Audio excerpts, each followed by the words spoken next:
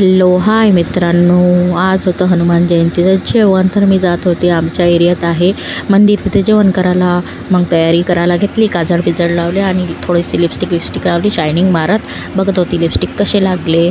तर आणि नंतर केस विंचरण्यासाठी घेतली. थोडे खराब होते माझे केस, लांब आहे तर म्हणून 10 वेळा विंचरावं लागते. थोडं ज्वार पण येते, पण काय करता, लांब केस छान दिसते म्हणून ठेवावं लागते. तर विंचरले केस वगैरे, विंचरले आणि नंतर मी तयार झाली. मग घेतली ओढणी वगैरे, कशी दिसत होती पाहत होती, थोडी शायनिंग मारत होती की तयारी वियारी केली तर कशी दिसत आहे बा जाण्यासाठी. मग ओढणी वगैरे घेतली आणि तयार झाली. थोडं पाहिलं कशी दिसत आहे, तर बरोबर दिसत आहे की नाही दिसत आहे.